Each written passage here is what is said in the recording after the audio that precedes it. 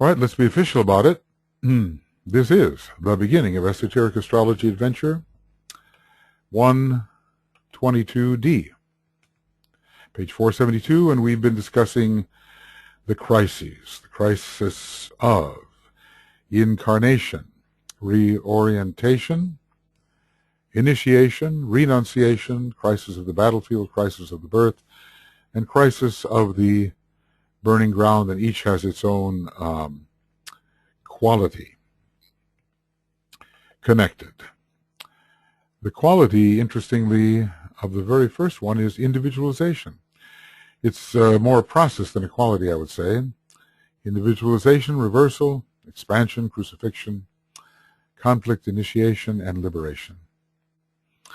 And the interrelationships are here, and I don't know, let's just say we have been studying Virgo and Leo, Leo and Virgo, and DK calls our attention to the fact that Leo and Virgo are found in the earlier triangle of Leo, Virgo, Pisces, and here he puts them both together.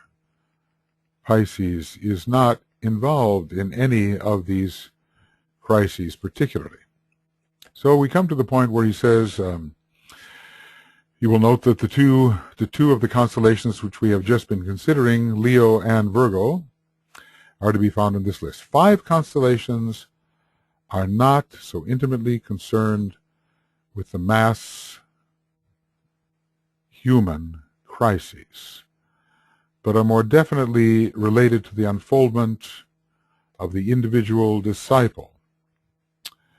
Okay, Sagittarius, Libra, Taurus, Pisces, and Aquarius, related to the unfoldment of the individual disciple. Mass human crises. Why mass? Maybe because I suppose all human beings at one time or another have to pass through them, though are all human beings on the path of initiation, or will they ever be, or will the mass continue to rise until those who have not struck out on their own to tread the initiatory path are eventually raised with all their associates who also have not struck out on their own, until they are subjected to the same processes, but in a group sense and according to the slow rising of the entire human race. Sagittarius, the one-pointed disciple; Libra, the method of choosing between the pairs of opposites and the ability to tread the middle way; Taurus, the sign of desire, aspiration, intellectual activity.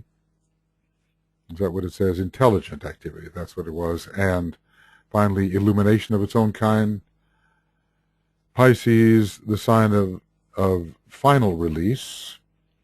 Since it is much more difficult to take the 5th initiation, let us say, in Pisces, or the 4th, than in Aquarius, and it relates the one who takes that initiation to Shambhala, you wonder why a crisis isn't involved. But let's see what he says. And Aquarius, which is a sign of synthesis and universality, producing the server of the group and the server of the world. So 5 signs are not involved in mass crisis, but if we look at signs of crisis, we definitely find Libra involved with Leo and Capricorn. We don't so much find Sagittarius involved. No planet is exalted or falls in Sagittarius. Taurus has a generally warlike and battle-ridden nature, to which Mars, in detriment, only adds a little bit more confusion. We do not have an exaltation or a fall in Aquarius either. In Pisces, we definitely do. Though DK has his own good reasons for adding these 5 signs as not so intimately concerned with the mass human crisis. I guess they are somewhat concerned. I guess all signs can be involved in human crisis in one level or another. excuse me, but these particular 7 signs are powerfully involved in human crisis. I suppose this group of 7 would have to be compared with the group of 9 that begins with Virgo and works its way clockwise and produces the birth in Capricorn. How does it go? Let's see. Do I have to count backwards? Virgo, Leo, Cancer, Gemini, Taurus, Aries,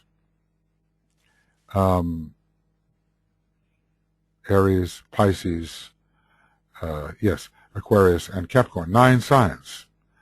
9 signs related to the birthing process if we move counterclockwise from Virgo.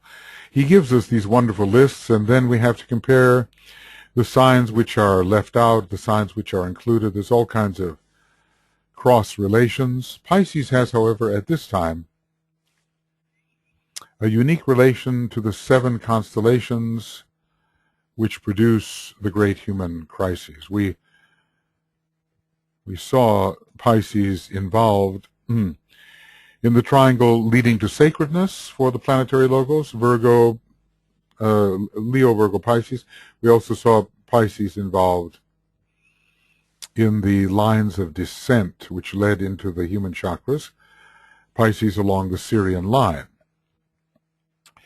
It also completes the, I wonder what this unique relation to the 7 constellations which produce the great human crises might be.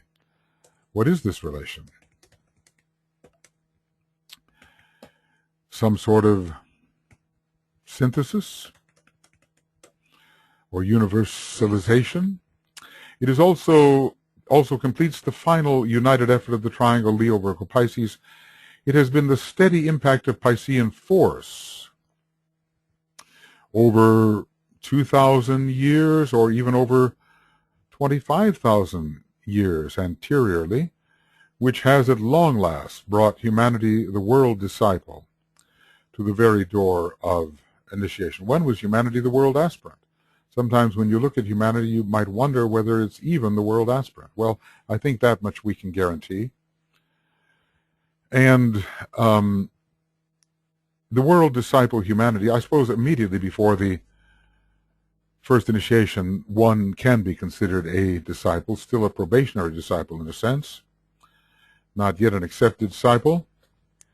Humanity has been brought to the very door of initiation. This is the first initiation. So Pisces, let's put it like this, Pisces leads humanity to the first initiation. For over 2,000 years, the Piscean influence has been playing upon mankind. And I suppose in a double sense, very intensified. Why? Because we're still, it appears, the world period in which we are in, that is a Platonic year, began with Pisces, we are told.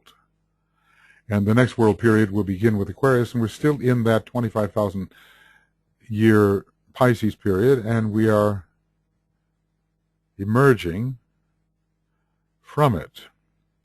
We are having, within that period, the last of the precessional ages, I think, the age of Pisces in the lesser sense. So we have the lesser precessional age of some 2,160 years, and is ruled by Pisces, and the larger overlay tells us that we're in a Platonic year, still ruled by Pisces, but the change to Aquarius will come, and DK says we cannot determine by our own science when that will happen.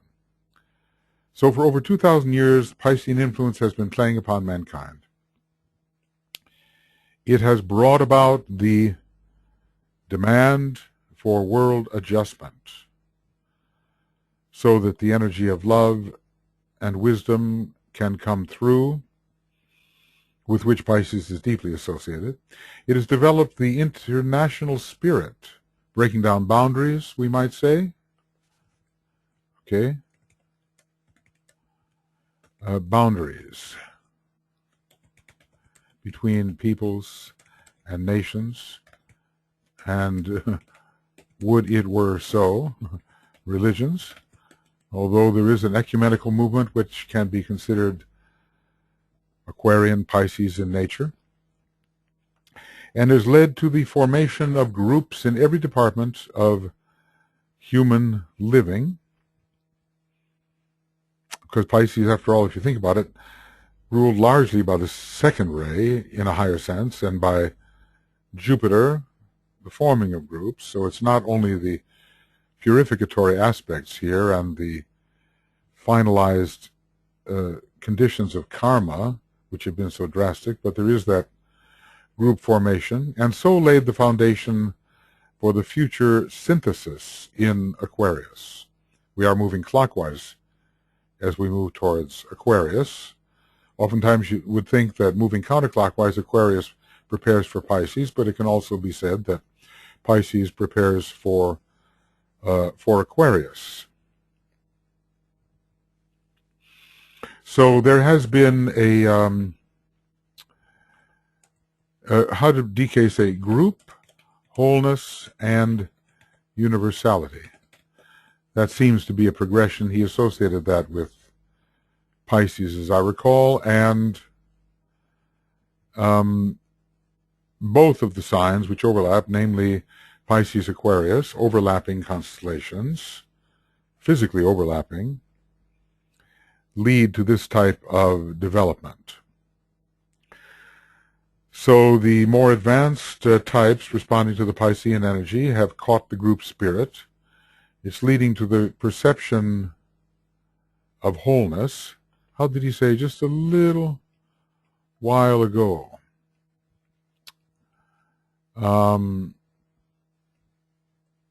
Here it is. The awareness universal in nature of the initiate as he emerges out of the ranks of the disciples. The higher aspect of Pisces, awareness of the group, of the whole of the universe. I use the word universality. The energy of Buddhi. Buddhi fuses and harmonizes all and helps elevate the solar plexus to the heart. So let's just say here that this is the, looking at Pisces here, the fusion and harmonization of the whole.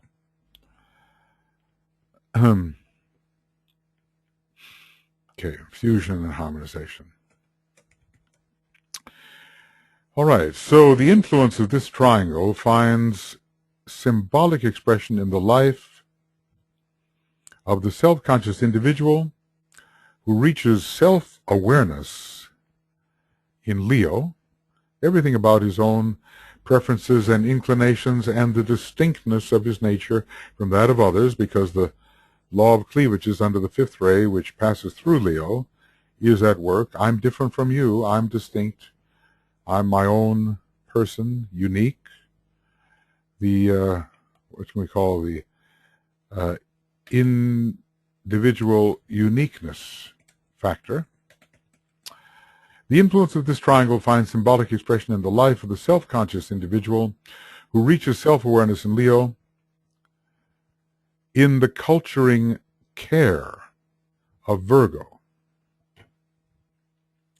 and the final self-release in Pisces. It's as if the ahamkaric principle dissolves in Pisces. Okay, as if the ahamkaric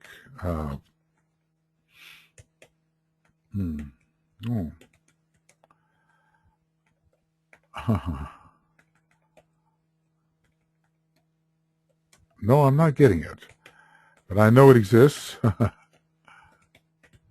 Principle dissolves in Pisces. Venus is exalted. Venus created the individualized man, at least in our solar system and in our fourth chain. And there is then an elevation of that individuality into universality. So Venus exalted in Pisces shows the elevation of individuality into universality. And I'm wondering, thinking that the sun has a very important meaning in the last decanate of Pisces, in which we can call it the universalization of the self. Sun in the last decan of Pisces, the universalization of the self. Is Cepheus the king to be associated with the last decan of Pisces? I think so. Well, here we have a little bit from our decanate table, and sure enough, the band between the fishes is to be associated with the first decan in the clockwise manner, Andromeda definitely with the second, and the king, Cepheus, with the third decan, Mars, and the final sun is there, which universalizes the selfhood. And Mercury falls entirely and is dissolved into the most intuitive type of mind. So this fits that the last decan of Pisces gives universalization, and the, let's say, last decan, I said, gives universalization, just as the last decan of Capricorn gives initiation. So Mars is there in Pisces at the end, but the sun is even more important, and Mercury falls away. It's almost like the end of the Antikarana in the particular stage of the Antikarana building we have been using. Things always come together. The duality comes together at a certain crossing point. And then we're off on the building of yet another Antikarana to resolve still another duality.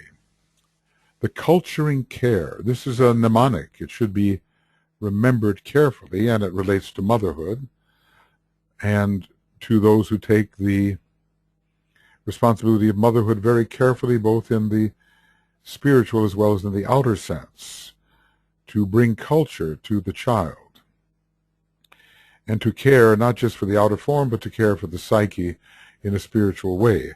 And self-release. This is the term I find very interesting relating to the sun. The sun is exalted in Aries, an ex-sign, but the last ruler of the Piscean decanate, 20 to 30, is also the sun. It is implied. So there is a release of the self into the great self. It's kind of a pralaya for the little self, of the little self. All right. Well, that may cover pretty well the triangle of Leo, Virgo, Pisces, and the 7 signs of crisis which the mass of human beings experience, and that includes initiatory crises. But whenever there's a crisis, there's always a conflict between two energies, main two energies, and there's a choice involved of going backward or doing what is necessary to move forward into greater consciousness and potency. And that, of course, will involve the will. Generally speaking, all initiatory process involves the will. That's why we find, interestingly, even before the first initiation, we find Vulcan and Pluto, two planets of will, involved. Right.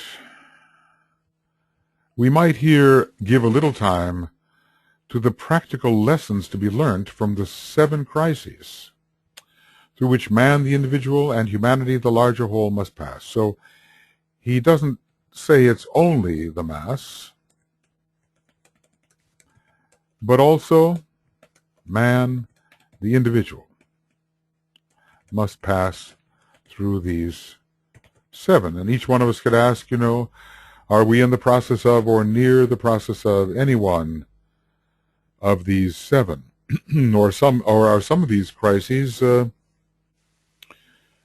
occurring more than one in a single life, or even at the same time? Certainly some of these crises we're not going to be passing through. We're not going to pass through the crisis of individualization in the sense of entry into the 4th kingdom of nature, although there might be other types of individualization for the higher beings, if the law of analogy holds good. We're not going to pass through the crisis of reversal, where we are beginning to pay attention to the higher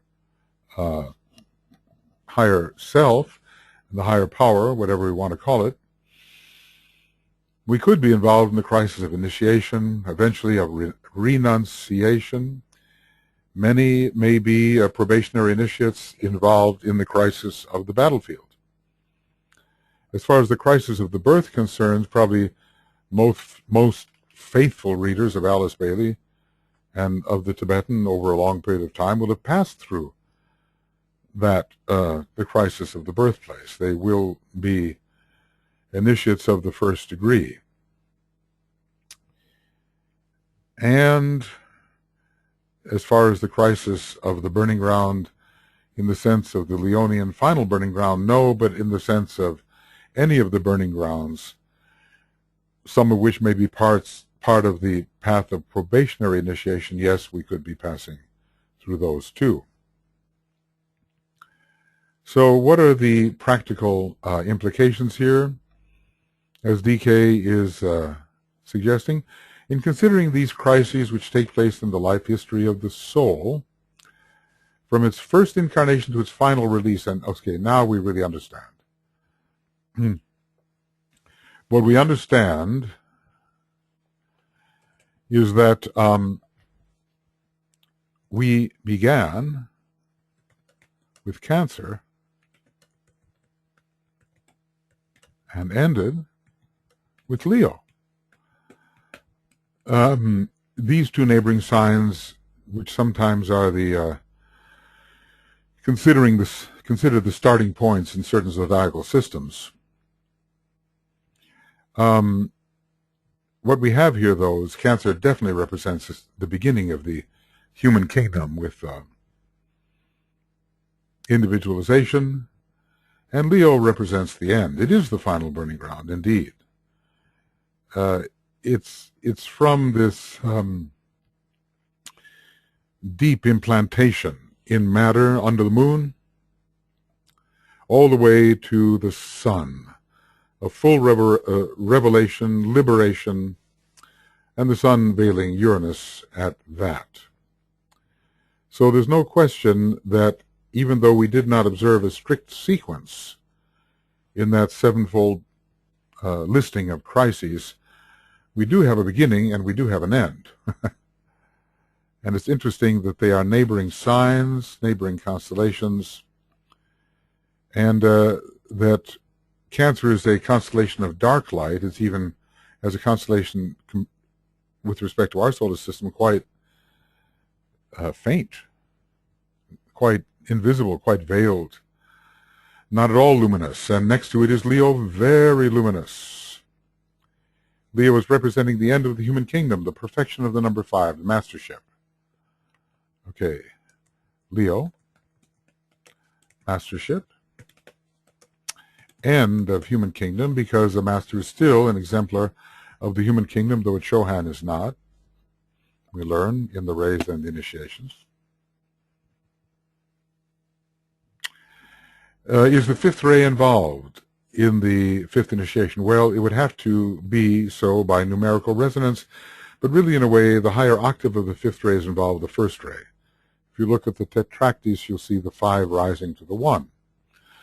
And the fifth ray soul is, when it changes, if it does change, transferring onto the first ray.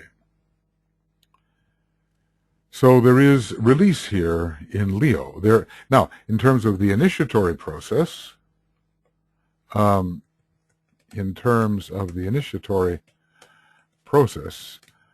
we have the beginning of initiation and the end, at least in the human phase. Because Leo is the sign which indicates the first initiation, along with some others, of course. And Leo is the sign which indicates the fifth initiation, first and fifth. Again, those numbers. So, in considering these crises, which take place in the life history of the soul from its first incarnation until its final release, it will be found that 7 major constellations and their influences, pouring through the exoteric and the esoteric planets, stage the circumstances. The word stage is so interesting. It's such a, Leonian word. Present, arrange, make visible. I spent a lot of time as a staging director in my life in the opera field, and I know how very Leo it is. Stage the circumstances and conditions, and condition the environment of the onward moving spiritual man. So we'd have to look at the crises that are connected with any one of these 7 and somehow realize that the ruling planets are going to contribute to the consummation of the crisis. Certain lives will occur when one or other of these constellations, I would say through a sign, will exert a predominant influence. They will produce that focusing of forces which, given a man's particular equipment at any point in time, will evoke from him the maximum of possible effort, thus enabling him to move forward into a more enlightened consciousness. Well, it seems so important. I want to underline it. Certain lives will occur when one or other of these constellations will exert a predominant influence.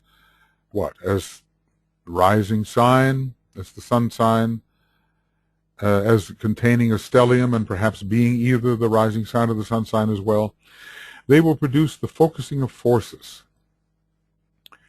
which, given a man's particular equipment at any point in time, will evoke from him the maximum of possible effort. And, well, put it like this. I have to put it in red. The focusing produces the evocation. So if a particular type of force is focused, effort from man will be the response, thus enabling him to move forward into a more enlightened state of consciousness. So every crisis is meant to lead into greater light. Once past. Okay. Well, maybe I can't leave that red, because then it will become confused with what I'm trying to say about it. Let's choose another color. Blue will be good. So just see in your own life what particular sign of crisis may be active, and what kind of crisis it might be producing, and what kind of effort it is invoking for you. And is it the maximum of possible effort? Because when the maximum is evoked, changes do occur. And that's what we're seeking to have occur. The change which will lead to greater light, a more enlightened state. And maybe more than one of these signs of crisis is found powerful or predominant in your chart, in which case you may be involved in a mixture of two kinds of crises, and if not the crisis at the exact stage of evolution that we're discussing,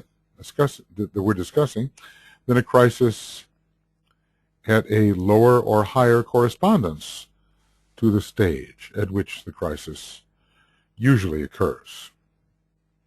Like, Virgo is the crisis of the birthplace, but what other kinds of births might there be? Scorpio is the crisis of the battleground, which usually takes place at the second initiation, but is there a battleground before the third? Or a battleground before the first? And, the burning grounds of Leo, there are a number of them. It doesn't have to be the final burning ground. There can be lower anticipations of the final burning ground, which can be significant to you. So these crises are prepared by smaller crises of the same nature, which are foregoing, and can be also the reverberation of the crisis, once passed, can show itself at still a higher turn of the spiral. As Master D.K. said, we have to induce our own crises, engineer our own crises, and if we're not having a crisis, which leads to a decisive emergence, why are we not having a crisis? Humanity, the fourth kingdom of nature, has the habit of crisis, and we have to capitalize upon that tendency, because today the opportunity for rapid emergence is possible. Enter into crisis, exert maximum possible effort, and then emerge. Enabling him to move forward into a more enlightened state of consciousness. DK says, you will note, I do not say enable him to be victorious. A man may succeed in surmounting the testing conditions and emerge, and an emerging conqueror over circumstances upon the physical plane, and yet be defeated. How could that be? How? Is it a question of consciousness? The reason for this is that unless the struggle and the emergence, produce a basic change in consciousness,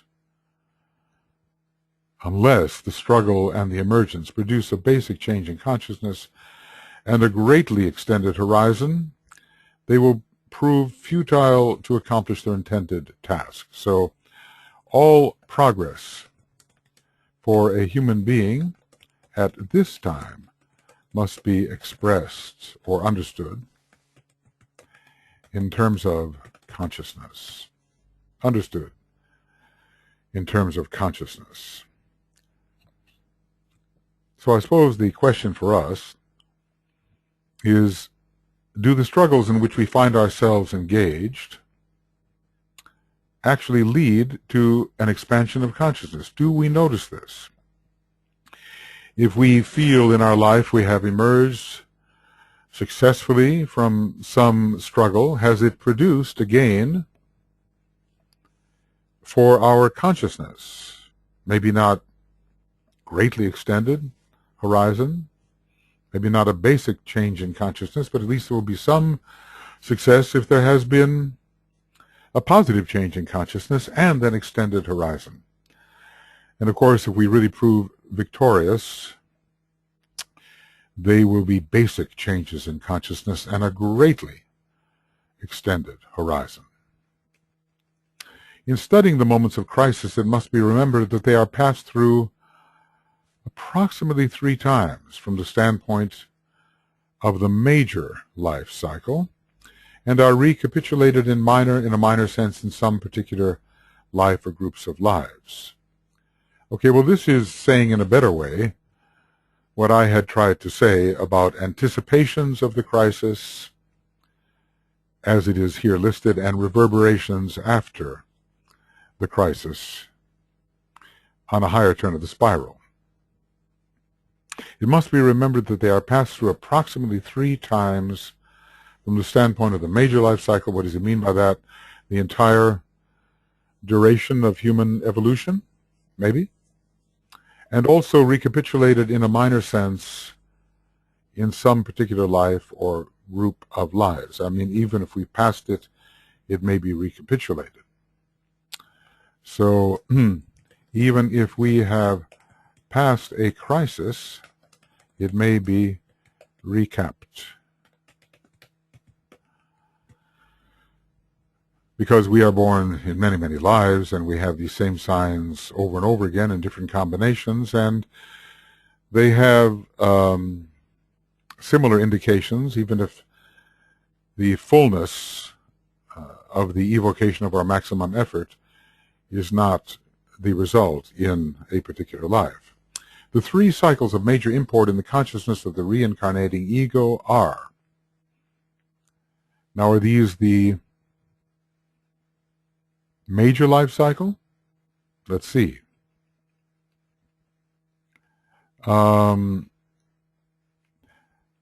Okay, so are these to be considered major life cycles? But he says the major life cycle. But he, no, the major life cycle. So there are other, maybe lesser groupings. Maybe there are 3 cycles of major importance in the major life cycle. Are there 3 cycles of major import in the major life cycle? Are there? All right. So, what are these 3 cycles of major import? Let's see where we are. The evolutionary cycle from individualization to liberation, from the state of primitive man to the emergence upon the stage of world affairs of a master, of a wisdom, of the wisdom of Buddha or Christ. Well, that seems like the major life cycle. This seems all-inclusive. This seems like the major life cycle, all-inclusive, of what a human being will pass through. Then, number 2, the cycle of aspiration. This is included in the first one. From the stage of intelligent, integrated man to that of accepted disciple, and from the experience of intellectual expression in the 3 worlds to that of the probationer who is seeking trial upon the path and is beginning to take his spiritual unfoldment consciously in hand. Well, this is not yet the cycle of... This is very much controlled in a way by Sirius, Cancer, I'll just put them this way, Cancer, Capricorn, and Saturn. It leads to the probationary path. The probationer. And it involves, I would suppose, the 5th petal, the intelligent, integrated man in Leo in the 5th petal. Well, to that of the accepted disciple, it could include also the Pleiadian triangle. The Pleiades, Gemini, Sagittarius, Mercury. Because accepted discipleship occurs after the first initiation.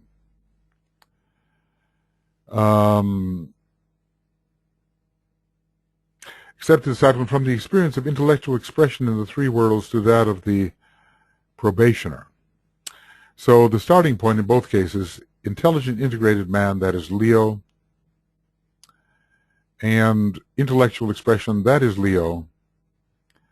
But the accepted disciple follows the first degree. So the petals involved are the fifth, sixth, and seventh, not all of them equally unfolded.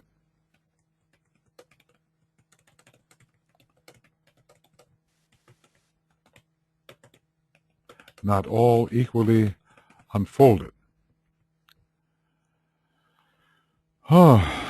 Yes. The fifth will be fully unfolded by the end of this cycle because the fifth represents the first initiation, and the seventh petal is touched by the rod of initiation, or, whether it's precisely touched or its energy is communicated. The seventh petal is involved, and the sixth petal is rapidly unfolding, fully unfolded by the second initiation. But usually accepted discipleship, as I understand it at least, is occurring before the second initiation occurs, maybe in some cases afterwards. Though DK does describe how one can be an initiate and still not an accepted disciple, because it has to do with a personal relationship or intimate relationship with the master per se, and that was an interesting revelation. So that's the second cycle, and it is modern, and it's intelligent man as he is becoming the disciple. So it's the two columns. It's not undeveloped man at all. We began with undeveloped man. Undeveloped man all the way to mastership, the larger cycle, and a lesser cycle within it, the cycle of aspiration. And now I suppose the cycle, cycle of initiation, still within the first cycle, which is all-inclusive. From the preparatory stage of accepted discipleship, I see, this is continuous from what is achieved in number 2. So a cycle continuing from cycle 2. The cycle of initiation from the preparatory stage of accepted discipleship, which follows the first degree, interestingly enough, because no man, he says, except for the exceptions, and there was one such in his group, no man is accepted as a disciple by the master unless he's taken the first initiation. It's generally the case, almost always the case, but there was one instance where, for the sake of the protection of the individual involved, he was accepted without having been able to stand before the Christ per se. So that is very interesting. The cycle of initiation from the preparatory stage of accepted disciple to that of master and still higher grades. And the still higher grades, however, are included in the first all-inclusive cycle because such beings as the Christ and the Buddha are mentioned, and they are now in the 7th degree initiatory process. These 7 crises are each reenacted during the process of self-initiation into the world of meaning and of reality. Right. So, you don't have to go all the way back to the reorientation, and it's almost like tightening cycles. These 7 phases occur over the long span from individualization to total liberation, but they are reenacted in the lesser cycles, so it seems, are each reenacted during the process of self-initiation. It's not someone doing something for you, it's your own initiative, your own penetration of the veils, through the process of self-initiation into the world of meaning and reality. They constitute the keynote or the motif of each of the 7 initiations. Wow. So it is as if we go through 7 stages for each of the 7 initiations. In order, what would they be? Each of these 7 initiations permits entry into the state of divine consciousness on each of the 7 planes of divine experience and expression. Well, what that seems to mean in the obvious way, we have one initiation per plane. Now, is he trying to say something more complex? Each one of the 7 initiations permits entry into one of the states of divine consciousness, or into the state of divine consciousness which pertains to one of the 7 planes of divine experience and expression. That's one way to look at it. But these 7 crises are each reenacted during the process of self-initiation into the world of meaning and of reality. Well, either they are reenacted once, or, as seems to be hinted, though not explicitly stated, when you are approaching a particular stage, it's possible to have a correspondence to each one of these crises. That would be quite a working out if we were to do that. When approaching any one of the initiations, there would be a correspondence to one of the 7 crises. Well, individualization, we would somehow be established, anchored within the particular field of that which is to be attained. Reorientation, we'd have to turn our back on what had been achieved before. We'd have to be initiated into that field. We'd go through a battle, of course. We'd have to be born into the field. We'd go through a battle. We'd have to renounce certain things in order finally to be initiated. I think we could find correspondences. It would take a little bit of work. But as we look at these crises and we look at the signs of the zodiac which are pronounced in our chart, and we look at the stage of evolution at which we find ourselves, we can probably find some correspondence to these crises which are working out in our life. That would be a good question for a school in the future. Discuss the stage of evolution at which you find yourself and why you think you find yourself there. How are the 7 crises working out correspondentially or actually in the stage of evolution at which you find yourself, and with reference to that which must be achieved by you? Well, those will be the days towards which all kinds of school work that we're doing now will lead. So, in studying the moments of crisis, it must be remembered that they are passed through approximately 3 times from the standpoint of the major life cycle. And I think I'm understanding this a little better.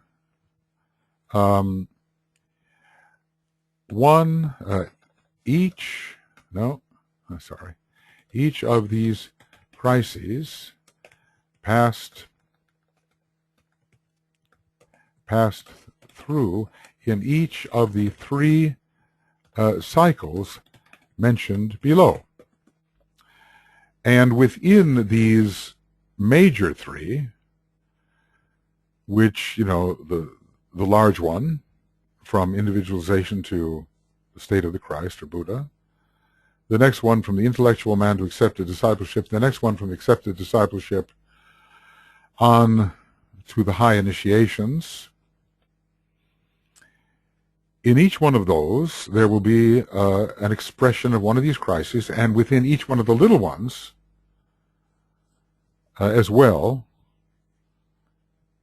number 2 and number 3, there will be groups of lives that are part of the overall achievement, and in these groups of lives, these crises may as well be reflected. I don't want to get too complicated here, or I'll lose myself, and you. So, the idea is at least to understand what the 7 crises are, the stages at which they work out in the major life cycle, and the stages that they could work out in general, going from the intellectual man to accepted discipleship, so sort of from the 5th to the 7th petal, how those crises could appear, what mode they would appear in, and then how they would appear again from the stage of accepted discipleship to high initiation. I mean, we have to, in a way, be re-individualized. We have to change our identity in this 3rd cycle. We have to reorient ourselves on the basis of that new identity. We have to eventually, of course, be repeatedly initiated along the way into these expansions of consciousness. We have to renounce that which held us back. All along there are going to be battles and burning grounds and conflicts between the counterpoles, and we're being each time born into a new dimension, the crisis of the birthplace. And initiation is essentially that anyway. And then there will be a final liberation in the phase which we discuss. And maybe in some subcategory, all of these could be repeated again, and there would be a final liberation into the next potential phase. So we have the big cycle. We have cycles 2 and 3 contained within the big cycle. And we might have subsidiary divisions of cycles 2 and 3. All this a master can see, and somehow some master like DK, he synthesizes all of this technical information into a piece of cogent, salient advice in the letters to his disciples. They are getting the distillation of what he sees. They're not getting all of what he sees, because it would be overwhelming and maybe not too useful, but in terms of how it all boils down to the next thing they have to do, which an understanding of their stage of evolution reveals, that they are receiving, that distillation, the boil down, that which Master DK distills and condenses from all that he sees. So this could be mapped out, one large cycle, and then within it, 2 smaller cycles. Left to right, right to left. I don't know how it looks to you that I'm proceeding, but I'm proceeding to the right.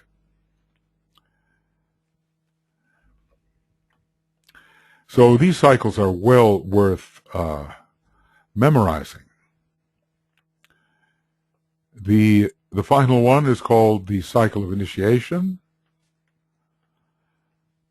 The second one is called the cycle of aspiration. And the, let's make that just 18. Probably too big. And the evolutionary cycle, the broad one, in which the crises naturally occur. Well, all this should help us orient ourselves, shouldn't it? I mean, we should know somewhat what we are passing through. And many of us will find ourselves in transitional stages. And we can refer back to those 3 pairs, 6 constellations, zodiacal constellations, which are involved in transitions. And if you're reading these books, you're studying these books, if you want to know something about them, you're definitely found somewhere in the process that's indicated by 3 pairs of constellations, either from, the average man to the probationer, from the probationer to the accepted disciple, from the accepted disciple to the initiate. We will be found somewhere there. and we will see what influences we should be responding to. And maybe they will be in our chart, and maybe we are responding to them. The influences of these 7 constellations is symbolized by 3 triangles and a final synthesis or focal point.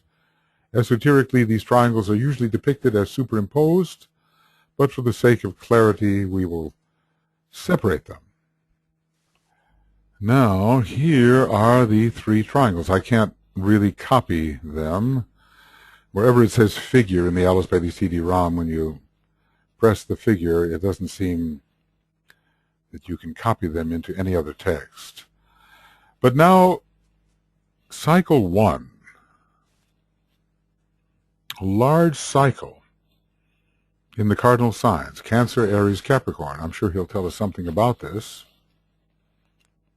Cycle 2, Gemini, Scorpio, and Virgo. And this will be the emergence of the probationary disciple from the intellectual man, I suppose. Cycle 3 is the initiatic cycle, interestingly beginning with Capricorn, the sign of initiation, passing to Virgo, if that's the way they're doing it, and ending up in Leo. But why the lower point? Is Leo indeed the final burning ground? Does Capricorn somehow represent a final emergence? Virgo certainly is one of the major signs of discipleship, the cultured caring or cultured care of Virgo. So let's keep these in mind. I think they're going to be very important now. Let's just read just a little bit here. The influences of these 7 constellations is symbolized by 3 triangles and a final synthesis or focal point. Now, all the 3, here's the beginning, in a way, and here's the end. Cancer begins and Leo ends. So the ending point, I think, is well taken, with Leo at the very bottom here. Aries, the crisis of reorientation, Capricorn initiation, Gemini renunciation, Scorpio the battleground. Now, which battle? Virgo the birth, the crisis of the birthplace into what? Capricorn and Virgo repeated again, and Leo, this time, rounding out the 7. So we actually have 9 points. They are superimposed, says the Tibetan. But there are 9 points here and only 7 constellations. And we will see how he intends to treat these.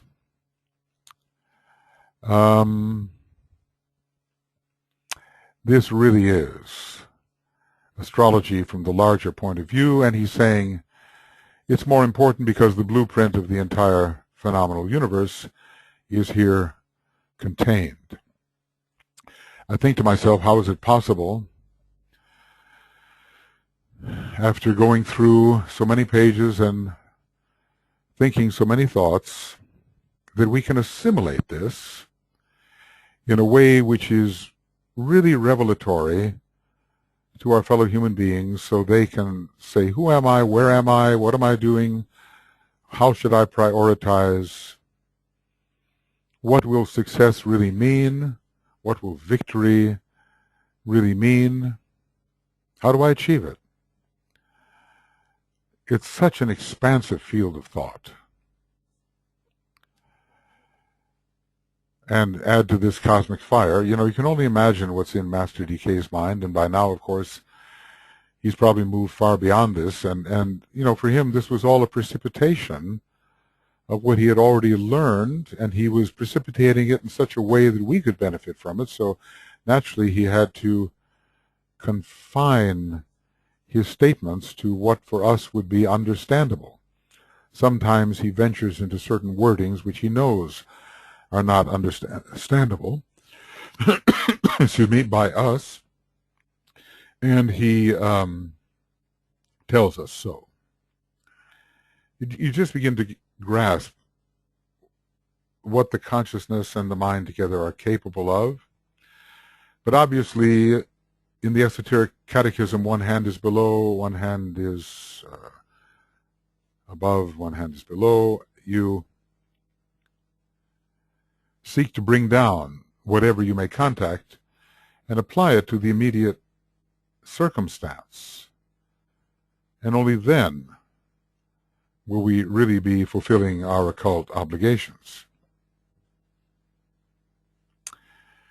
So I realize that presenting the book in this way is in a way not the most practical approach. I'm just looking at this in the larger perspective and trying to enrich the field of thought with thoughts which can be grasped by those who may choose to listen. And it's just really one interpretation of what Master DK has said, because anyone starting out in the same way that I have here would have different interpretations. And the interpretations are always less than the original, obviously. They're an attempt to create a bridge between the pure idea or thought and a type of application. Also, interpretations can be extensions, and they can attempt to go beyond what is said and touch certain implications which have not yet been considered, or maybe were not deemed possible of precipitation, maybe were not thought worthwhile to attempt to precipitate, but still giving a link to the expanding thought. What I'll do now, I think we're at a point where, oh, we certainly are, beware of talking. So, anyway, we have the end of Esoteric Astrology Adventure number 122D, page 474 apparently, and beginning of Esoteric Astrology Adventure number 122E, page 474.